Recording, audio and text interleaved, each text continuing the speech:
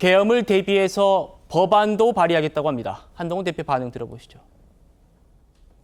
있지도 않을 계엄에 대비하는 것은 차라리 있지도 않은 외계인에 대비하겠다는 것과 다를 바가 없습니다. 외계인 대비법을 만드는 것과 똑같습니다. 누가 계엄을 하겠다고 합니까? 김민석 의원이 할 수 있는 겁니까? 190석 정도 갖고 있으면 이런 황당한 짓을 해도 괜찮을 거다. 어디까지가 한계인지를 알아보겠다. 이런 얘기인가요? 저를 두고 민주당 일각에서 외계인이니 이런 얘기를 했더라고요. 본인들도 선을 넘었다고 생각했는지 진성준 정책위장이 사과 글도 올리고 제가 저랑 지나가다 만났을 때 사과한다는 말씀을 하시더라고요. 그 사과 제가 충분히 잘 받겠습니다. 한동훈 대표가 나보고 외계인 같다고 했는데 진성준 의장이 지나가다가 만났을 때 사과했다 이렇게도 얘기를 했죠. 아마 그걸 빌어서 지금 외계인 대비법 이렇게 또 얘기를 한 것 같은데 송 대변인 지금 이 계엄령 관련해서 대비 법안을 만들겠다 지금 민주당이 그렇게 나와요. 그러니까 한동훈 대표가 그건 외계인을 대비하겠다는 겁니다. 이런 얘기인데 당에서는 지금 어떻게 바라보고 계신가요? 아니 실제로 가능성이 전혀 없는 이야기고 전혀 불필요한 법안을 만들면서 헐리우드 액션을 하고 있는 겁니다. 자, 87년 민주화 이후로도요. 지금 민주당이 발의하겠다고 하는 계엄법 개정안, 즉 국회의원이 계엄령 하에서 현행범으로 체포됐을 때 국회가 석방을 결의해서 요구하면은 석방해야 된다. 그런 내용의 계엄법을요. 한 번도 발의한 적이 없어요. 우리나라 1980년까지 계엄이 실제로 있었던 나라인데도 민주화 이후에 지금 40년 가까이 되도록 이런 법안이 단 한 번도 발의가 된 적이 없습니다. 민주당에서도 한 적이 없고 심지어 21대 국회에서 민주당은 180석을 가지고 있었는데 계엄법 개정안을 단 한 건도 발의한 적이 없어요. 이 역사만 봐도 얼마나 엉터리 같은 주장을 하고 있는지 알 수 있거든요. 그러니까 본인들이 음모론 괴담을 펼쳐놓고 수습이 안 되니까 이제는 전혀 있을 수 없는 경우의 수를 만들어가면서까지 무슨 법을 개정하겠다 이렇게 하고 있습니다. 아니 2024년 개명천지에 국회의원 42명을 계엄령 선포해놓고 현행범으로 체포하는 게 가능하겠습니까? 좀 스스로 한번 자문해 보십시오. 자, 이 계엄령 의혹과 관련해서 김민석 최고가 토론하자 이렇게 얘기했고 그걸 받은 사람이 김재원 최고였습니다. 오늘 김재원 최고가 거듭 그거 나랑 토론하자 이렇게 공개 제안했는데요. 여기에 이어지는 한동훈 대표 얘기가 좀 흥미롭습니다. 들어보시죠. 김재원 위원님께서 김민석 의원과 토론을 하겠다고 제의한 바 있습니다. 같이 한번 얘기해 보시죠. 도대체 무슨 생각으로 이러는지 우리 한번 드러나 봅시다.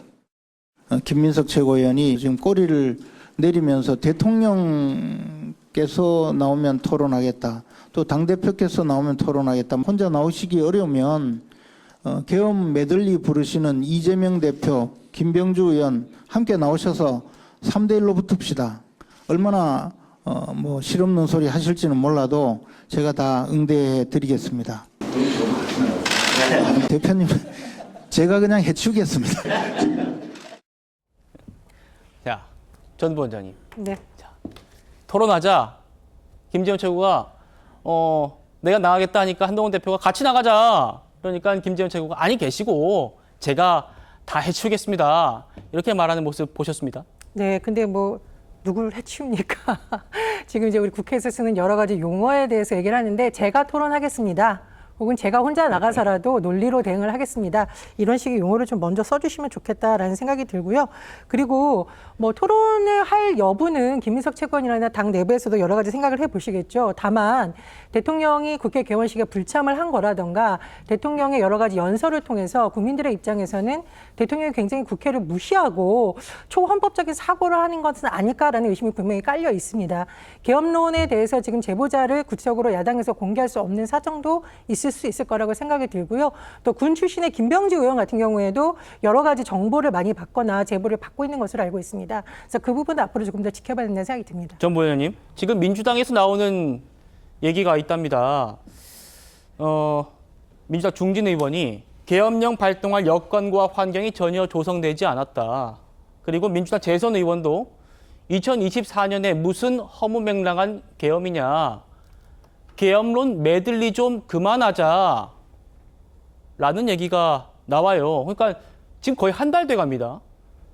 방금 말씀 중에 김민석 최고도 어떤 밝힐 수 없는 근거를 갖고 있을 거다라는 말씀을 주셨습니다만 그거 이제 좀 내놔야지 민주당 내부에서도 저런 말 안 듣지 않을까요?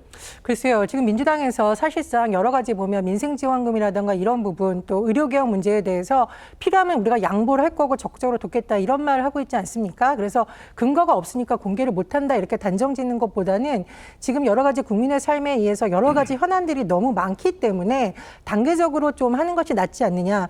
그리고 앞으로 국회 일정이 남아있기 때문에 거기서 밝힐 수도 있다라는 판단을 할 수도 있다고 그런가요? 봅니다.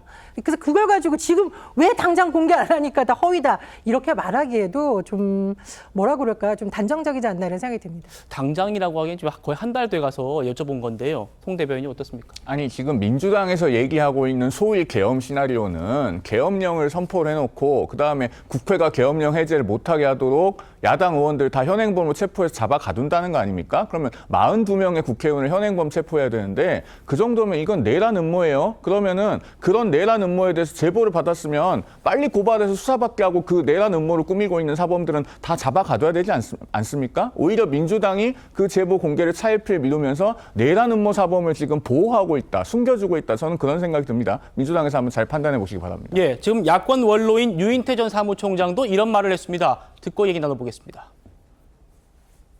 지금 대한민국이 그런 수준의 나라는 아니잖아요, 지금. 난 자꾸 저 얘기는 하는 게 민주당에 별로 도움이 안 되는 거. 어떻게 보면 좀 자다가 봉창도 드리는 느낌이 들어요. 제보가 있어도 어디서 역적 모의를 한다고 그러면 예를 들어 무슨 계엄을 딱 발동을 할 상황이 오면 하는 건데 그게 뭐 사전에 난 그 무슨 소리 잘 모르겠더라고요.